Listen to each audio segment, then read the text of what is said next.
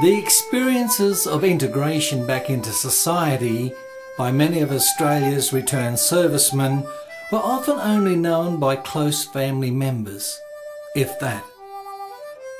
Whether as a result of a more open-minded society today, the plight of veterans' lives after Vietnam has been more of an open book. Their stories, like the passing of Stumpy Shaw, are quite sobering and have touched the lives of both city and country folk, lest we forget.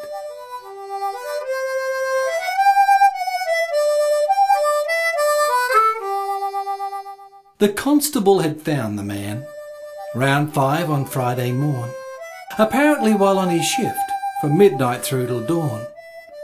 2 youths, with bloodstains on their clothes, detained drunk in the park, disclosed they'd rolled some homeless bloke, some time just after dark. As sergeant in this country town, I'd lived round here for years, observed some pretty callous things, but this left me in tears.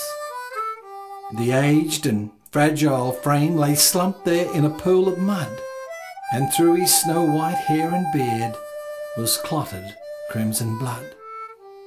The constable looked up and said, "Their family we can call? For surely someone knows him, Sarge. You know the bloke at all?" "He's known round here as Stumpy, lad. Been here a year or 2. Came out way back in '63 to work on Beetaloo. Then worked his way to overseer and often came to town. Was captain of the football team, a sportsman of renown.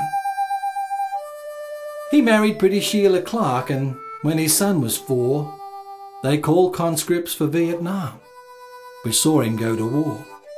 A war of conflicts that would scar and traumatise the mind, confusing, cruel and futile acts some failed to leave behind.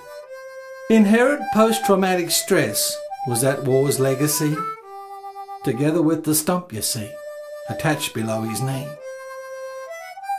The old man lying there, my lad, is testimony to a life spent fighting guilt and fear his mind could not subdue.